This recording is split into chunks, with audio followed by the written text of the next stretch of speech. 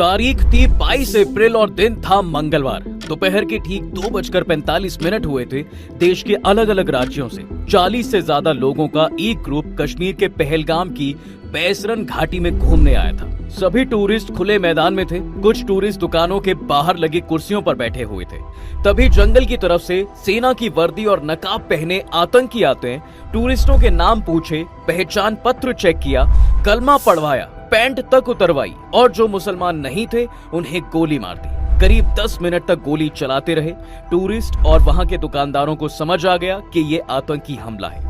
शुरुआत में एक टूरिस्ट के मरने की खबर आई। रात के 11 बजते मौतों की संख्या बढ़कर 27 हो गई। एक रिपोर्ट के मुताबिक ज्यादातर मारे गए लोग पुरुष हैं। टूरिस्टों को शुरू में पता ही नहीं चला कि क्या हो रहा है, क्योंकि हमलावर सेना की वर्दी पहने हुए थे और मास्क लगाए हुए थे। महाराष्ट्र के पुणे की आसावारी पहलगाम में घूमने आई थी। उन्होंने एक मीडिया चैनल को ये बताया कि हमलावरों ने सिर्फ पुरुषों को निशाना बनाया। खास तौर पर उन्होंने हिंदुओं को जबरन कलमा पढ़वाने की कोशिश की। जो नहीं पढ़ पाए उन्हें गोली मार दी।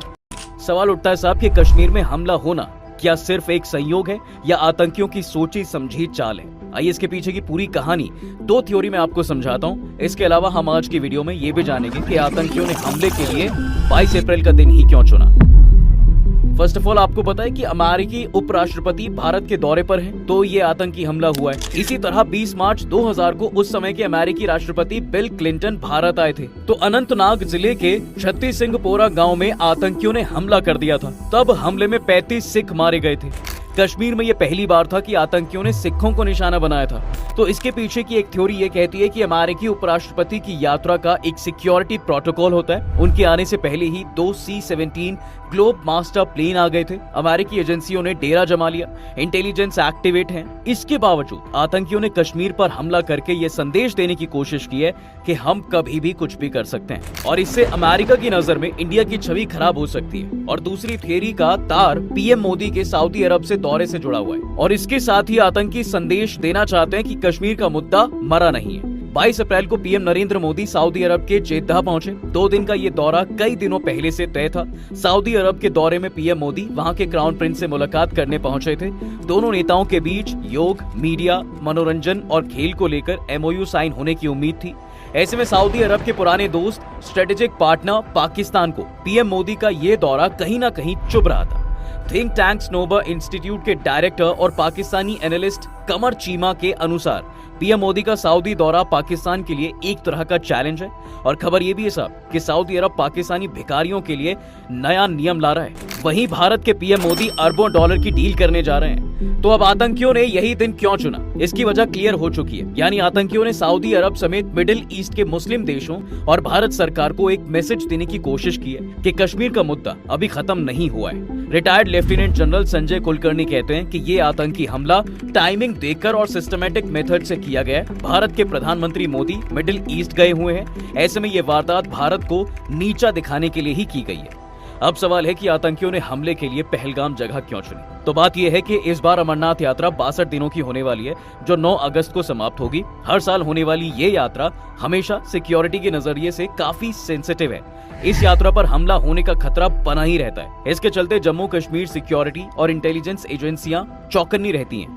तो इस बार जिस जगह हमला हुआ है उसी जगह से अमरनाथ यात्रा शुरू होती है। यानी पहलगाम के बेस कैंप से यात्रा शुरू होती है। करीब 36 किलोमीटर का सफर तय करने के बाद श्रद्धालु अमरनाथ पहुंचते हैं। ऐसे में पहलगाम में हमलावर आतंकियों ने अमरनाथ यात्रा के लिए धमकी भी दी है।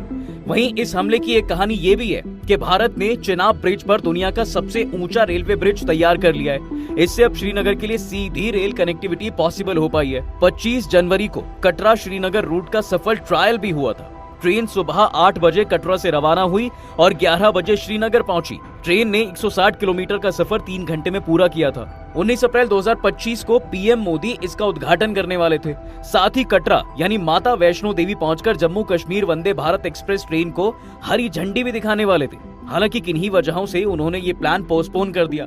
देश के बाकी हिस्सों से कश्मीर की ट्रेन कनेक्टिविटी होने से टूरिज्म तेजी से बढ़ने की उम्मीद भी है। तो आतंकियों के इस हमले के पीछे का मकसद बड़ा है।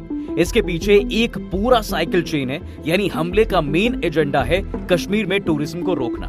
जिससे वहाँ का बिजनेस इफेक्ट होगा, फिर लोग बेरोजगार होंगे और जब बेरोजगार होंगे तो पैसे के लिए आतंकी संगठनों से जुड़ जाएंगे। वैसे एक अहम सवाल ये भी है कि क्या पाकिस्तान सेना चीफ ने आतंकी हमले का हिंट दे दिया था? दरअसल पाकिस्तान की आर्मी चीफ जनरल असीम मुनीर ने पिछले हफ्ते हिंदू मुसलमान में दरार डालने वाली बात कही थी और कश्मीर को पाकिस्तान की गले की नस बताया था। उन्होंने कश्मीर को गाजा से जोड़ते हुए कहा, पाकिस्तानियों का दिल गाजा के मुसलमानों के साथ धड़कता है। इस्लामाबाद में पहले ओवरसीज पाकिस्तानी सम्मेलन में जनरल मुनीर ने कहा, हमारा रुख बिल्कुल साफ है, हम अपने कश्मीरी भाइयों को उनके वीरतापूर्ण संघर्ष में अकेले नहीं छोड़ेंगे। वहीं retired lieutenant general Sanjay Kulkarni कहते हैं, तो जो जानकारी मिल रही है उसके मुताबिक आतंकियों ने नाम पूछकर लोगों को मारा है और अगर आतंकियों ने चुन चुन कर मारा है ये भी काफी कुछ कहता है। घटना के बाद गृह मंत्री अमित शाह सीधा दिल्ली से श्रीनगर पहुंच गए। वो राजभवन में सेना और प्रशासन के अफसरों के साथ हाई लेवल मीटिंग कर रहे हैं। जब तक मैं ये वीडियो बना रहा हूँ, एनआईए की टीम आज हमले की जांच के लिए पहलगाम पहुंच चुकी है। पहलगाम की घटना के बाद दिल्ली, मुंबई और दूसरे शहरों में अलर्ट जारी भी किया गया है। पीएम मोदी सऊदी अरब के दौरे पर थे, लेकिन हमले के बाद से वो समय से पहले भारत लौट आए हैं। उन्होंने कहा है कि हमले के जिम्मेदारों को बख्शा नहीं जाएगा। वहीं इस हमले की जिम्मेदारी लश्कर-ए-तैयबा के हिट स्क्वाड यानी के द रेजिस्टेंस फ्रंट टीआरएफ ने ली है। टीआरएफ का मास्टरमाइंड सज्जाद गुल है जो पाकिस्तान में बैठकर इसे ऑपरेट करता है। आपको बता दें कि लश्कर का प्रॉक्सी ग्रुप है द रेजिस्टेंस फ्रंट यानी टीआरएफ 2019 में एग्जिस्टेंस में आया था। टीआरएफ के आतंकी जम्मू कश्मीर में काफी एक्टिव हैं। इसकी फंडिंग पाकिस्तानी सेना और आईएसआई ही कराती है। जानकारी के मुताबिक इसे सज्जाद गुल, सलीम रहमानी और साजिद जट लीड करते हैं। जम्मू कश्मीर में 2019 के पुलवामा अटैक के बाद इसे सबसे बड़ा आतंकी हमला माना जा रहा है। हमले में जिन 27 लोगों की मौतें हुई हैं, मरने वालों में एक यूएई और एक नेपाल का टूरिस्ट और 2 लोकल सिटीजन भी शामिल हैं। बाकी टूरिस्ट यूपी, गुजरात, महाराष्ट्र, कर्नाटक, तमिलनाडु और ओडिशा के हैं। हम इस टॉपिक पर एक पूरा एक्सप्लेनर वीडियो जरूर लेकर आएंगे। फिलहाल आप कमेंट में पीड़ित परिवारों के लिए अपनी सिंपैथी, संवेदना व्यक्त कर सकते हैं। बाकी वीडियो अगर आपको पसंद आई हो तो इसे लाइक और शेयर जरूर करें और जाते जाते चैनल को सब्सक्राइब जरूर करें।